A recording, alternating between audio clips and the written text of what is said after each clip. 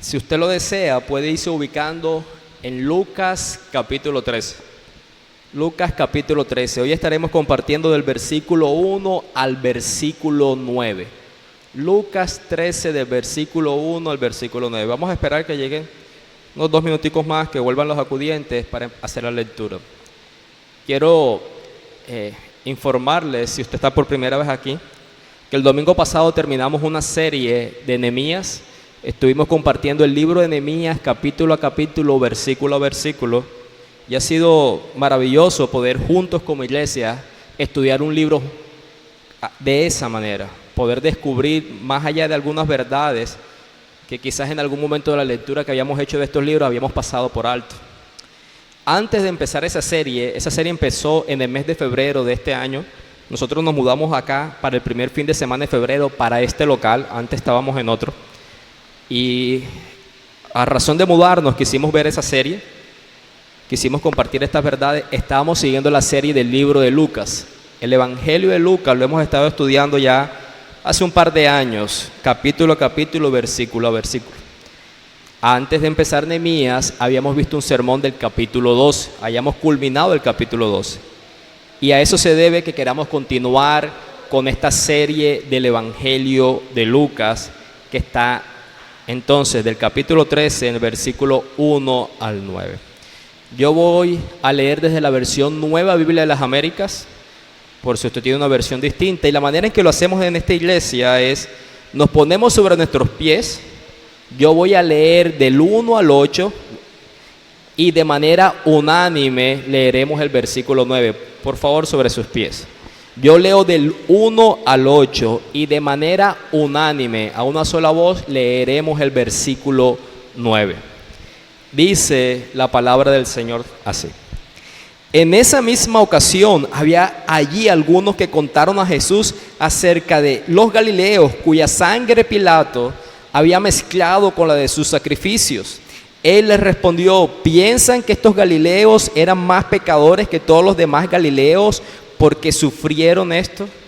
Les digo que no, al contrario, si ustedes no se arrepienten, todos perecerán igualmente. ¿O piensan que aquellos 18 sobre los que cayó la torre en Siloé y los mató eran más deudores que todos los hombres que habitan en Jerusalén? Les digo que no, al contrario, si ustedes no se arrepienten, todos perecerán igualmente. Entonces Jesús les dijo esta parábola. Cierto hombre tenía una higuera plantada en su viña y fue a buscar fruto de ella y no lo halló. Y dijo al viñador: mira, hace 3 años que vengo a buscar fruto en esta higuera y no lo hallo, córtala. ¿Por qué ha de cansar la tierra? El viñador le respondió: Señor, déjala por este año todavía, hasta que yo cabe alrededor de ella y le eche abono. Y si da fruto el año que viene, bien, y si no, córtala. Nuevamente, vamos a leer el último a una sola voz. Y si no, córtala. Amado Señor, Padre Celestial, infinita es tu gracia para con nosotros, Señor, día a día. Hemos leído en esta mañana, Padre, una historia que quizás puede ser chocante por el relato, donde tu providencia, ahora que la cantábamos acerca de tu soberanía, es ese tipo de escenario que puede ser desconocido para nosotros y que siempre respondemos a ella de manera equivocada, como sucede con estas personas que están hablando con Jesús. Padre, es evidente que la manera de comprender tu verdad se halla si tú mismo hablas a nuestras mentes y a nuestros corazones. Para eso, Señor, pedimos que seas mayor que todas nuestras debilidades, sobre todo las del predicador, Padre.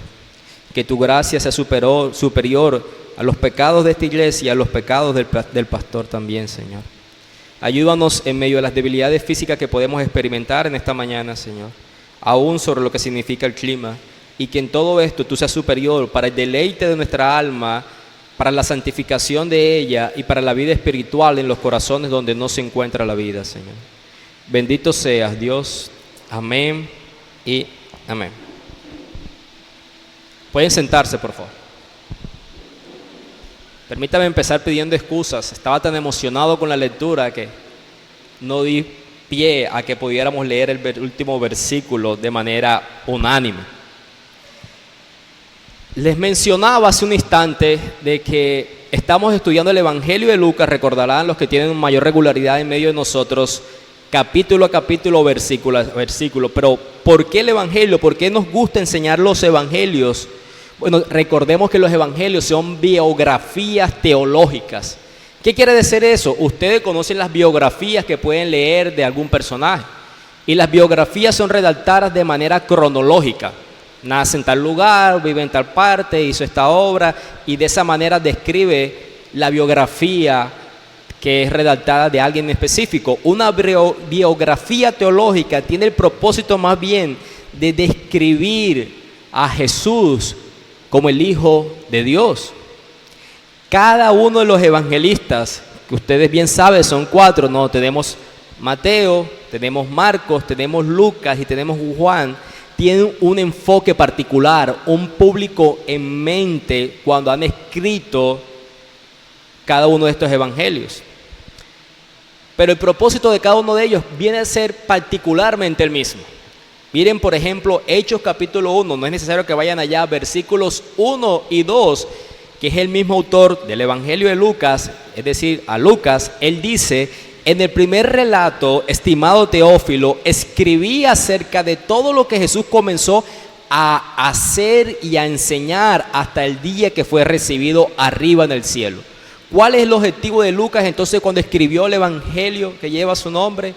Redactar, dejar por escrito la obra y las palabras de Jesús. El apóstol Juan en su Evangelio, él dice al finalizar su Evangelio, dice: estas cosas han sido escritas para que leyendo crean y creyendo tengan vida eterna. El propósito de estos relatos, estas biografías teológicas, es que podamos creer en las palabras de Jesús y que al creer podamos disfrutar de la vida eterna.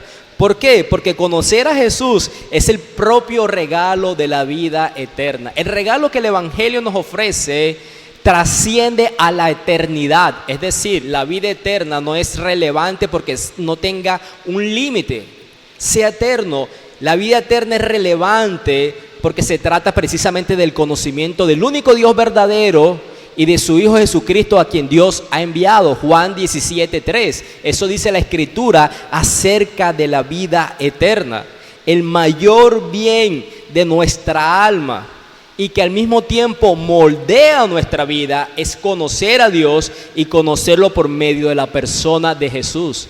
Es eso lo que nos da el verdadero sentido de vivir. Por eso nos gusta estudiar los evangelios. Y hemos decidido empezar por el Evangelio de Lucas. ¿Por qué? Bueno, yo les comenté hace mucho tiempo atrás que Lucas tiene un enfoque apuntando hacia el público gentil particularmente, y que nos deja ver la compasión constante que Jesús tiene en muchos escenarios y con muchas diversas personas en distintas condiciones sociales. Al mismo tiempo hace una característica particular de la vida de oración de Jesús. En muchos textos hemos podido ver a Jesús que se apartaba a la oración, y así sucesivamente varios detalles que el Evangelio de Lucas tiene que otros relatos no tienen, como por ejemplo la lectura de esta mañana. La lectura de esta mañana solamente está contenida en el Evangelio de Lucas. ¿Dónde nos encontramos? Permítame que usted pueda darle unos vistazos a los versículos finales del capítulo 12. Desde el versículo 49 hasta el versículo 59 del capítulo 12, usted puede mirar en su Biblia, esas que tienen como un subtítulo, dice que Jesús causa de división, y al mismo tiempo antes del 54 es cómo discernir el tiempo. Este primer versículo del capítulo 13 tiene un seguido o un seguimiento, o es muy parecido a cómo concluye el capítulo 12.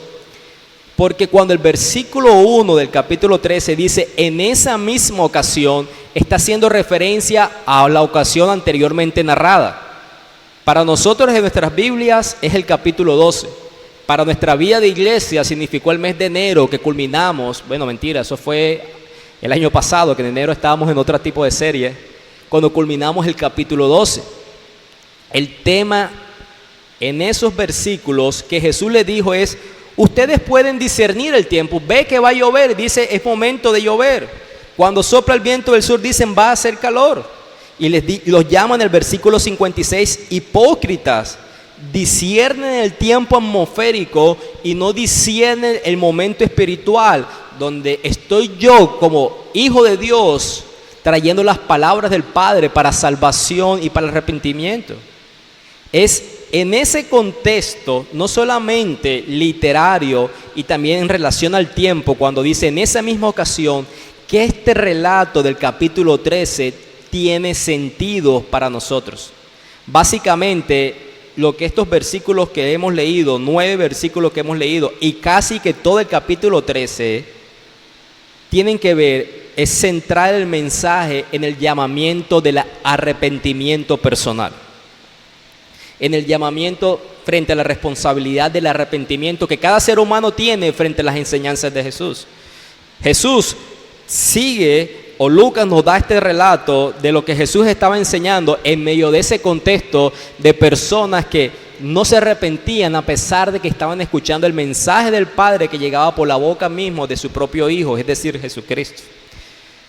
Esta mañana, para recordar este sermón o para poder hacerlo de manera más memotécnica, podemos considerar 3 puntos. El primero de ellos tiene que ver con las lecciones de las tragedias. Si se dieron cuenta, este relato habla de unas tragedias humanas. El segundo punto es como el llamado al arrepentimiento. Y el tercero, una parábola final. Tragedias, llamado al arrepentimiento y la parábola final. Déjame hacerte una pregunta. Y en esta ocasión haré algo inusual. Me gustaría que pudieran responder con las manos para, hasta donde mis ojos me dejan ver, poder ver lo que ustedes piensan. De lo que tú leíste, de los primeros 5 versículos, para hacerlo más fácil, ¿cuántas tragedias puedes identificar? Déjame ver si identificas una, si identificas 2 o si identificas 3, 4 o 5, los que tú consideras. ¿Recuerdas el relato, no? Unas personas fueron sacrificadas mientras que adoraban y otras fueron tristemente o trágicamente muertas cuando se cae una torre. ¿Cuántas tragedias tiene el relato? No es mentira, quiero ver las manos. Ok. Bueno, gracias por responder a los que respondieron. Ya se darán cuenta y recuerden esa pregunta: ¿cuántas tragedias humanas identificamos en la lectura? Lo primero, entonces, les mencionaba como lecciones desde la tragedia. ¿Qué podemos aprender desde estas tragedias? Ahora, tenemos que reconocer que la Biblia es un libro que está lleno de instrucciones sobre cómo leer la providencia de Dios y cómo responder a la providencia de Dios. ¿Qué quiero decir con esto? Que la Biblia nos enseña cómo vivir frente a la providencia de Dios. Providencia de Dios va muy relacionado a la soberanía que cantábamos hace algún momento. Es esa serie de relatos, esa serie de sucesos en la vida de cada ser humano que están siendo dirigidas por Dios, aunque no siempre nos guste mientras que la estamos viviendo. A eso apunta la providencia de Dios. Y nuestro relato, pudiéramos pensar que era uno de los días de festividades, porque lo que estas personas le manifiestan a Jesús, dice, había algunos que le estaban contando a Jesús acerca de unos galileos cuya sangre Pilato había mezclado con la de sus sacrificios. Ahora, ¿por qué les digo que puede ser un día festivo? Quizás era el día de la Pascua, porque está diciendo que estas personas fueron asesinadas por la orden de Pilato mientras estaban presentando un sacrificio de adoración. Ellos estaban haciendo un sacrificio. Ustedes recuerdan que la adoración que presentaba el pueblo en el Antiguo Testamento incluía sangre de animal. Y mientras estaban celebrando, presentando esos sacrificios, llega parte del ejército de Pilato, los acribilla, los descuartiza. No es cualquier tipo de muerte, no es una flecha o algo por el estilo, es algo que implicó derramamiento de sangre. Déjeme ser un poco más gráfico, aunque la imagen es grotesca, yo lo sé. Es como si el domingo pasado, mientras estuviéramos participando de la Santa Cena, entrada por esa puerta, una serie de personas contrarias al sentido humano y sobre mi propia vida, para no herir las susceptibilidades de alguno de ustedes, me descuartizaran aquí y mi sangre se mezclara con el contenido de las copas con las que compartíamos la Santa Cena. Es una escena sangrienta la que vemos aquí. Y Lucas entonces nos está sugiriendo en estas breves palabras que mientras estas personas hacían el sacrificio, hubo una mezcla entre la sangre humana y la sangre animal. Cuando esta noticia llega a las calles y las personas empiezan a escuchar y se riega como el polvorín, seguramente estarían confundidas y asustadas.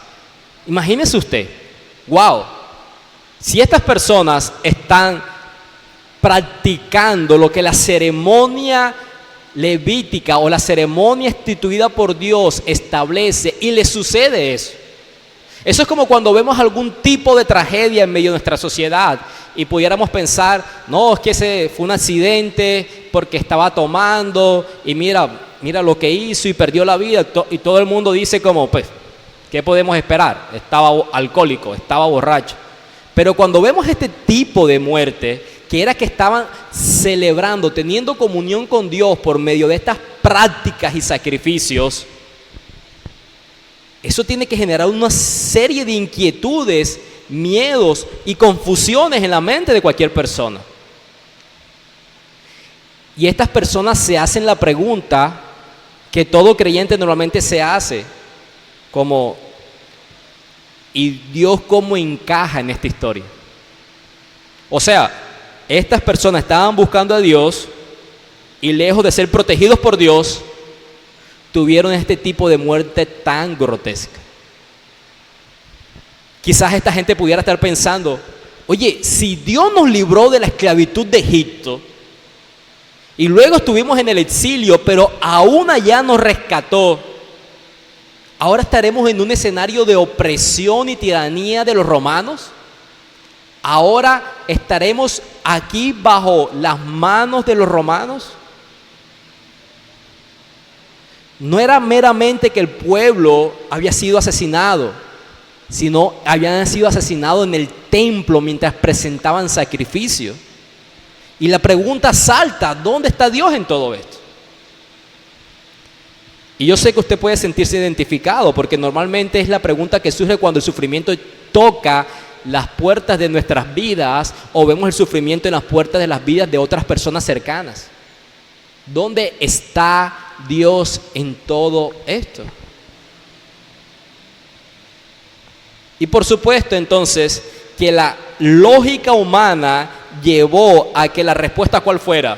Bueno, estas personas externamente parecían piadosas, pero internamente tenían que ser como los más pecadores del mundo, que aún detrás de la búsqueda de Dios, hasta allá les alcanzó la justicia. Esa es como la conclusión a la que ellos llegan. Tenían que ser personas de gran maldad, que aún Dios permitiera que dentro de su propio templo encontraran la muerte. ¿Saben? Porque siempre hay un cálculo mental o de la conciencia del ser humano, hay una conexión entre el pecado que se comete y el sufrimiento que experimentas. ¿Por qué estás viviendo eso? Porque tienes que ser un gran pecador. ¿Cómo tú y yo interpretamos las tragedias y los sufrimientos a nuestro alrededor? Cuando este tipo de circunstancias pasan, o unas que ustedes y yo podemos vivir en nuestras propias localidades, ¿cómo la interpretas? Piensa muy a menudo cuál es tu respuesta. ¿Qué piensas tú cuando alguien está pasando por algo como lo que tú estás leyendo aquí? ¿No pensamos en eso como, bueno, si tú has sembrado eso, pues eso es lo que vas a cosechar? ¿No es lo que llega a nuestras mentes? ¿Cómo lo veía el mundo judío? Piensa el mundo hebreo y el mundo antiguo. Incluso tiene relaciones como lo vemos nosotros. Piensa en los amigos de Job. Job, alguien que todos identificamos como que ha sufrido profundamente. Y estos amigos concluyeron erróneamente que Job debía sido el peor de todos los pecadores de ese momento, para llegar a ese grado de sufrimiento. Pierde sus finanzas, pierde su familia, la mujer le dice que maldiga a Dios y que se muera, se enferma. Lo único que le quedó a Job fue medio la vida física. ¿Y cuál es la conclusión de sus amigos? Arrepiéntete, Job, porque seguramente eres un pecador. Porque si no fueras pecador, no hubieses estado en esta situación. Si tú fueras una persona piadosa, estas cosas no te habrían sucedido. Y por lo tanto, la providencia de Dios ha permitido que tú llegaras a un escenario de estos. Eres un profundo pecador, Job, y necesitas arrepentirte. Al final del libro de Job, vemos que Job es llamado al arrepentimiento, pero por otro tipo de sucesos. Él se arrepiente precisamente por no haber conocido a Dios de manera tan profunda como lo puede conocer en ese momento. Y al final del libro, Dios mismo reprende a los amigos de Job y les dice: han malinterpretado el sufrimiento de Job. En realidad, ese no era el mensaje que yo quería hacer que Job viviera y sintiera. Ciertamente él tenía que arrepentirse, pero su arrepentimiento no era causa del pecado. Usted puede mirar Job capítulo 1 y Job se describe como un hombre íntegro. Pero ese pensamiento es común. Usted va al Evangelio de Juan en el capítulo 9, en los versículos 1 y 2, y estos versículos dicen que mientras Jesús caminaba, vio a un hombre ciego de nacimiento y sus discípulos le preguntaron: ¿quién pecó, este o sus padres? Como es imposible que la providencia de Dios lleve a un hombre a nacer ciego, a no ser que sea por la consecuencia del pecado de este o de sus padres. No podemos racionalizar el sufrimiento muchas veces desde el sentido humano, sino como la consecuencia de nuestra maldad y del pecado. Una más, el apóstol Pablo. No cuando era Saulo, cuando era Pablo, en Hechos capítulo 28, a un naufragado. Llegan a la isla de Malta y los habitantes de las islas, eso es Hechos capítulo 28, los versículos del 1 al 4, dice que los habitantes de la isla le mostraron muchas atenciones porque caía una fuerte lluvia y hacía frío. Entonces encendieron una hoguera y les permitieron acercarse para que sintieran calor y abrigo. Entonces llega Pablo, toma una brasa de leña, la echa al fuego y sale una víbora huyendo del calor y llega y le muerde la mano a Pablo. ¿Cuál es la conclusión de los habitantes? Dicen: sin duda que este hombre es un asesino, pues aunque fue salvado del mar, la diosa justicia con D pequeña no le ha concedido vivir. Básicamente, cuando el sufrimiento llega a la vida de una persona, la ecuación de la mente humana es sufrimiento igual a pecado. A mayor pecado, mayor sufrimiento de vida. Y mientras estas personas que están hablando con Jesús siguen trazando esa línea desde el pecado de los galileos hasta el juicio que les sobrevino por parte de Dios a manos de Pilato. Y en ese punto Jesús les cuenta otra historia, la historia de otro suceso providencial. Él les dice: ¿y qué pasó entonces con los 18 que murieron cuando la torre de Siloé cayó sobre ellos? Siloé era un estanque que estaba cerca de la muralla. Al parecer estaban haciendo un tipo de construcción que era alguna torre, quizás pudiera ser para el beneficio del acueducto, subir el agua de alguna manera para luego posteriormente distribuirla. Era una construcción de una torre que estaba cerca a ese estanque.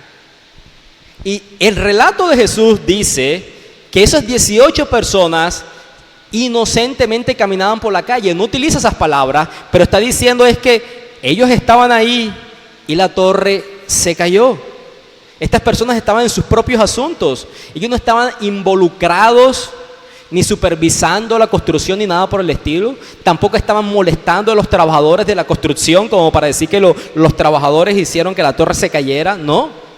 Ellos estaban en sus propios asuntos caminando por la calle como usted puede caminar por las calles del Cesar, de arriba abajo o de abajo arriba. Y de un momento a otro, sin previo aviso, esa torre comenzó a tambalear y cayó repentinamente y los aplastó. Y Jesús les hace la misma pregunta. ¿Piensan qué? Es la misma pregunta en el versículo 2 y en el versículo 4. Los hace meditar. ¿Creen que esos 18 eran los peores pecadores sinvergüenzas de Jerusalén y por eso Dios se vengó de ellos? Miren que en la primera historia Jesús les hace la pregunta a manera de que si estos galileos eran más pecadores. En la segunda historia Jesús acerca de esos 18 hace la pregunta en relación si que estas personas eran los más deudores. Ser deudor es lo mismo que ser pecador y no es una deuda financiera. Es ser deudor de Dios. Ha faltado a la ley de Dios, es lo mismo que ser pecador. Las historias difieren en el relato de cómo se llevan a cabo. En la primera historia vemos que es el resultado de un agente humano, es decir, en el caso de Pilato. Pilato es quien trae las consecuencias del pecado, Pilato es el que llega y comete este pecado de homicidio, mientras que en la segunda aparentemente es algo fortuito, entre comillas. Pero la manera en que Jesús responde a ambas historias con esa piensan, deja ver que la audiencia tiene ese sentido de la teología, que el sufrimiento es directo al pecado. Aunque sea consecuencia del pecado de otro de homicidio o aunque sea algo como fortuito. En ambos escenarios, la audiencia piensa que esas personas están viviendo ese sufrimiento a causa del pecado. Paréntesis, la Biblia sí enseña en algunos casos que Dios aplica la justicia y lo hace por medio de la muerte como consecuencia del pecado. Eso no es mentira. Piensa en Ananías y Zafira en el libro de Hechos, historia que tú conoces. Piensa en la muerte de Herodes en Hechos capítulo 12, versículos 21 al 23. Un día particular, Herodes estaba vestido con su ropa real, estaba sentado en la tribuna y comenzó a hablarles a las personas y la gente le gritaba: voz de un Dios y no de hombres esta. Y Herodes se vanagloriaba de ese reconocimiento que le daban y dice el versículo 23, al instante un ángel del Señor lo hirió por no haber dado la gloria a Dios y Herodes murió comido de gusanos. Sí, no es mentira que en cierto punto la Biblia nos enseña que como parte de la justicia de Dios, Él castiga el pecado. Pero en los relatos de las tragedias de esta mañana, vemos que no es el sentido de lo que está sucediendo, de los que sufrían esas tragedias. ¿Por qué? Por la manera en la que Jesús responde. Jesús nos deja ver que la audiencia interpretaba que el sufrimiento de estas tragedias que relata Lucas aquí era resultado del pecado, pero su respuesta no apunta a eso. Y quiero decirles, y espero que usted haya podido pensar, que seguramente la respuesta de esa audiencia puede ser su propia respuesta y la mía también. Muchas veces tenemos ese enfoque equivocado del sufrimiento relacionándola como la providencia de Dios, porque tenemos una falla en nuestra teología. Relacionamos equivocadamente, inadecuadamente, que el sufrimiento siempre tiene que ser por consecuencia del pecado. Ahora, yo les hago una pregunta. ¿Por qué esa audiencia y por qué nosotros interpretamos así? ¿Por qué intentamos racionalizar que ese sufrimiento siempre es el resultado de las acciones de las personas? ¿Por qué siempre lo racionalizamos así? Porque el otro escenario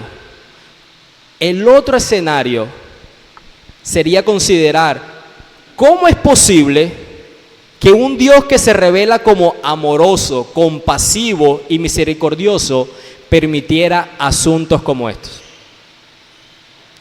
Cuando llegan circunstancias como estas, que no podemos explicar, entonces las justificamos como la consecuencia del pecado.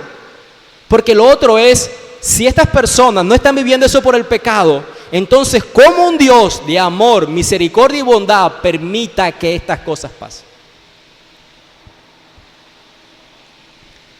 Y yo sé, y permítame traer unas historias más cercanas, más locales, con las que usted pueda de pronto considerar que se ha hecho esas preguntas. Y si hay algún familiar de estos sucesos que yo puedo decir aquí, no es un asunto de irrespeto, es un asunto de ilustración al punto que les estoy haciendo ver en este momento del sermón.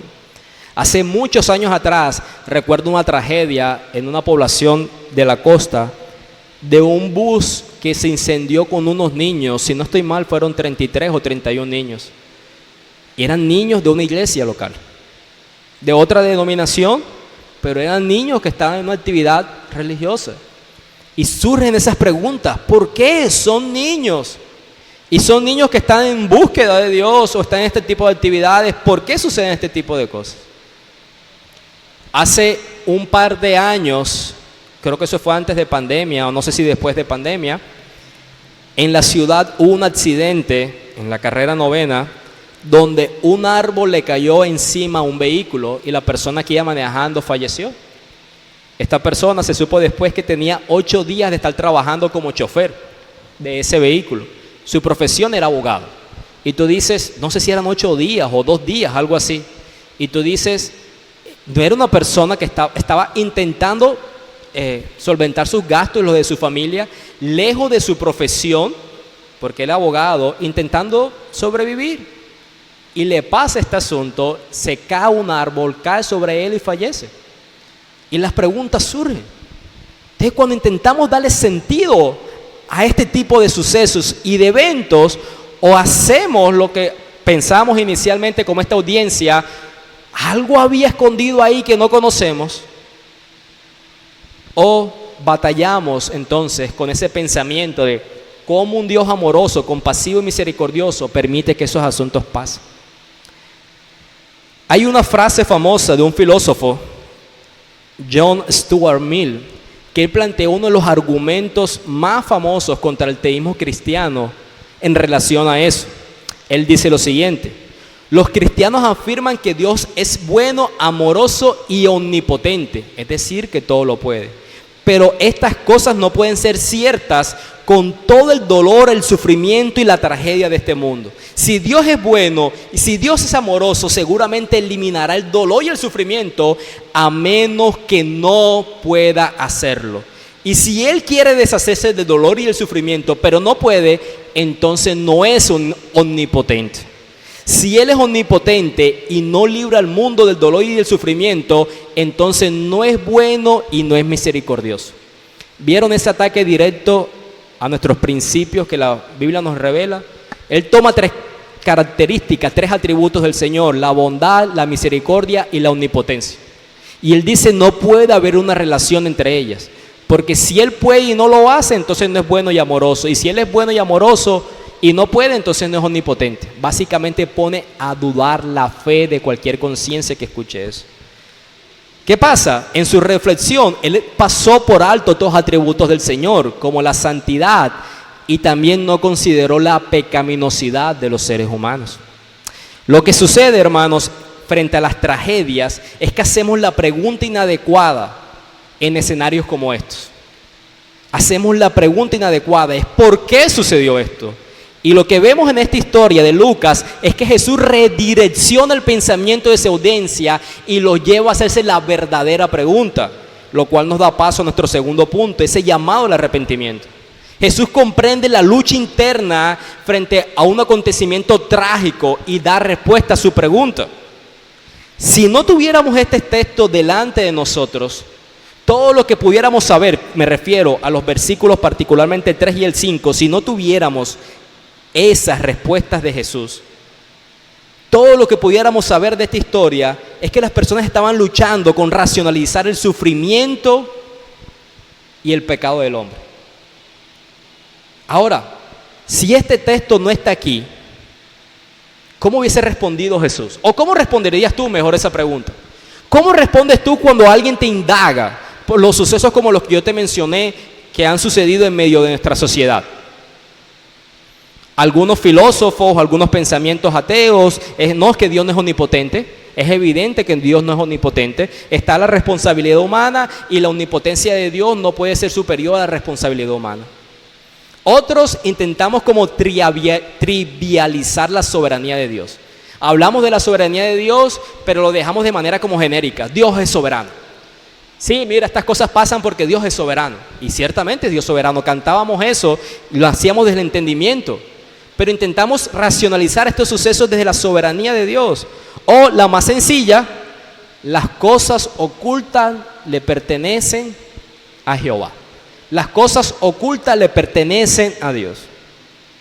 Hermanos, amigos, sea usted honesto.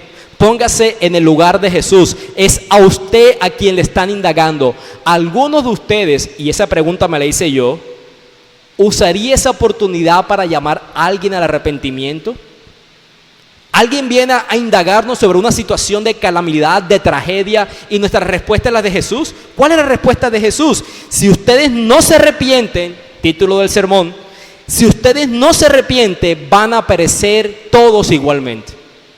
Es el tipo de respuesta que nosotros damos, versículo 3 y versículo 5, frente a indagaciones en situaciones de tragedia.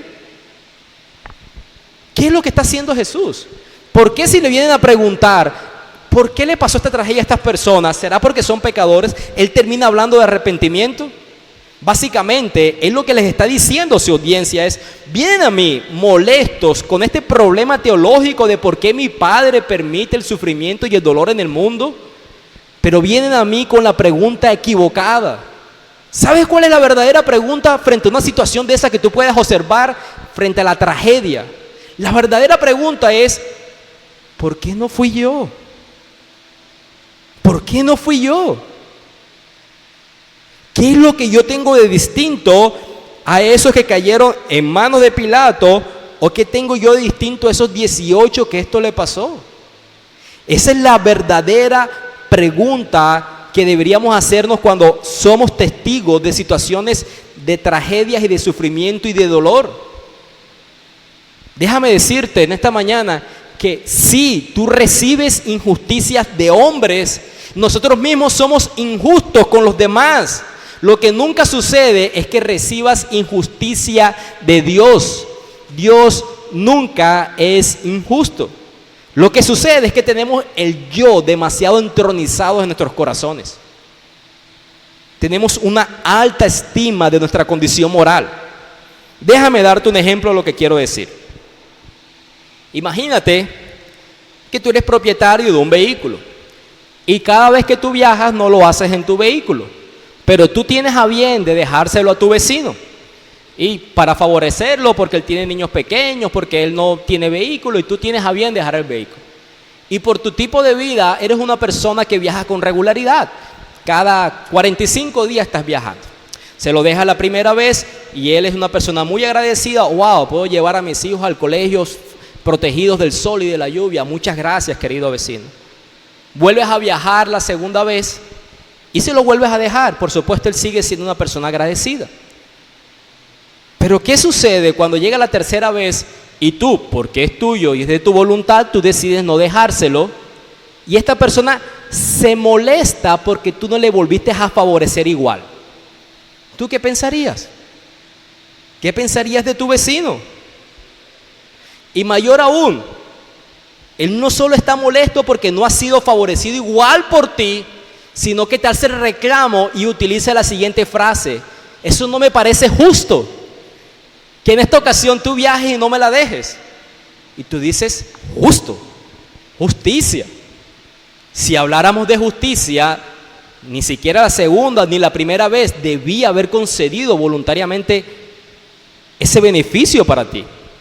Lo que sucede, hermanos, es que usted es ese vecino y el que es favorable para con usted desde su voluntariedad es Dios.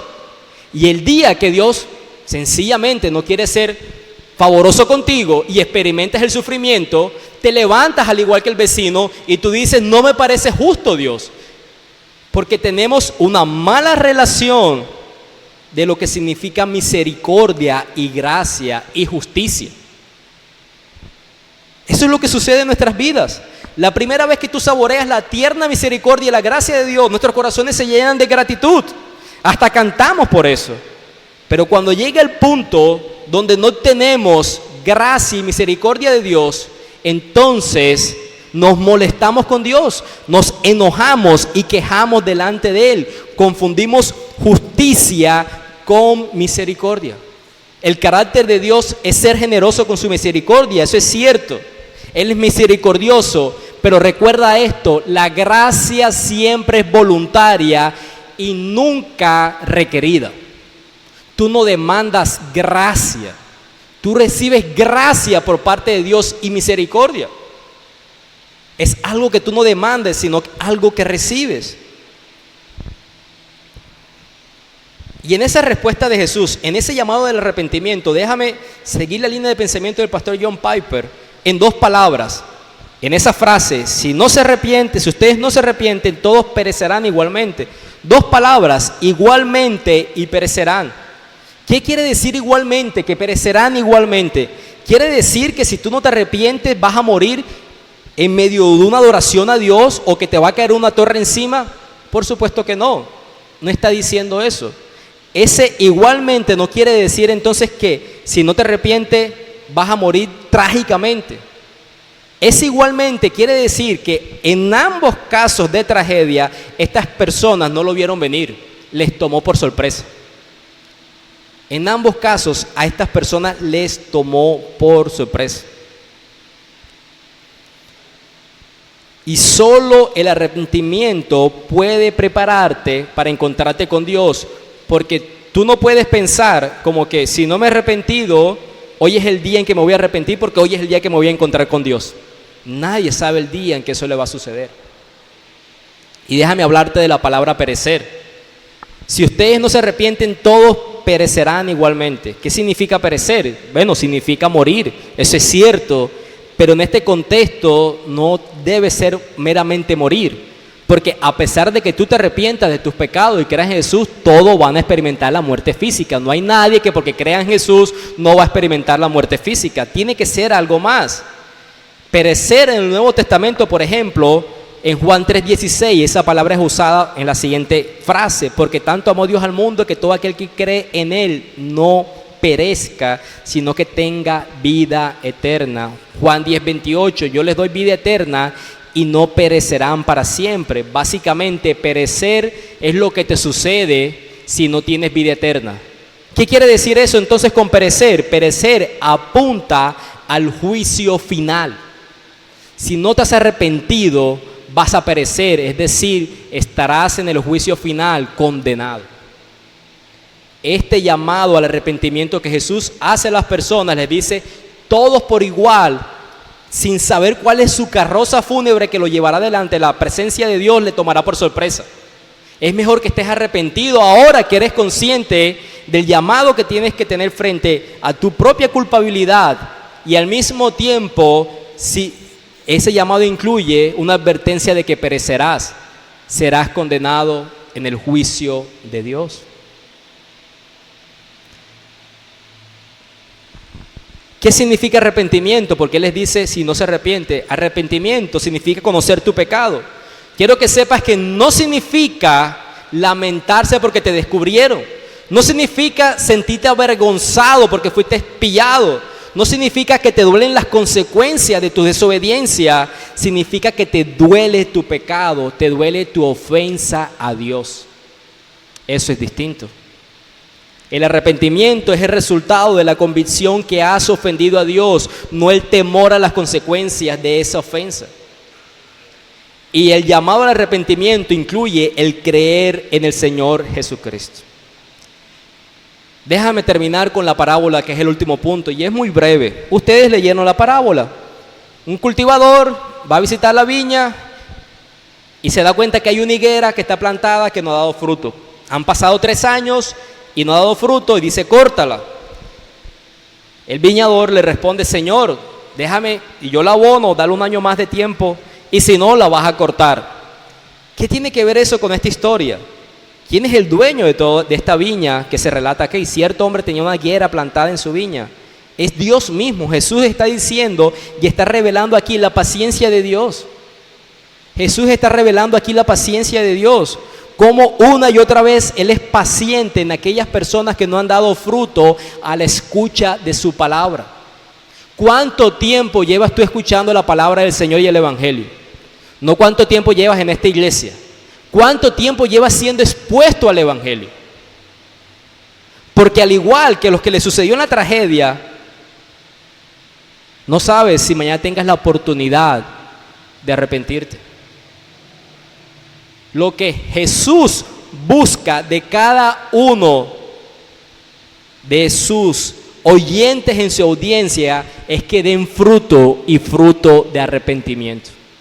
La evidencia que tú has atendido el llamado de la predicación de Jesús es que te arrepientes no solamente para salvación, sino que te arrepientes cada día de tu vida, aún para santificación de tu alma. La evidencia que algún día has creído en Dios es que no solamente te dolió el pecado en algún momento particular de tu vida, sino que cada día de tu vida te sigue doliendo ese mismo pecado. Quiero que te respondas esta pregunta y con esto termino. Si has vivido tanto tiempo en este planeta sin haberte arrepentido verdaderamente de tus pecados y haber acudido a Cristo en busca de perdón y salvación, hoy puede que sea tu última oportunidad. Puede que no tengas un mañana, puede que no lo tengas la próxima semana. Nunca presumas de la gracia de Dios. Esa es la conclusión de esa parábola. No sabes cuándo es ese último día que se te dice que entregues tu corazón al Señor. Vamos a orar. Padre Señor, te damos gracias por la oportunidad que nos das de escuchar tu mensaje en esta mañana. Padre, tú conoces lo que significa para nosotros estar aquí presente, y quizás muchas de las mentes que están aquí presentes están considerando cuándo terminábamos porque el calor es inminente. Ciertamente el calor es inminente y es evidente y es difícil, pero más eminente es la respuesta frente al arrepentimiento del llamado que el Evangelio hace a la vida de cada uno de nosotros. ¿Cuándo es la última oportunidad que tendremos de arrepentirnos antes de estar en nuestra presencia? Señor, oramos por aquellos corazones impenitentes que no han entregado su corazón a Cristo Jesús. Permite que esta palabra dé fruto de arrepentimiento, de justicia y de pecado en las personas aquí que han escuchado, Señor. Y que lo hagan para la gloria de tu nombre. Bendito seas. Amén y amén.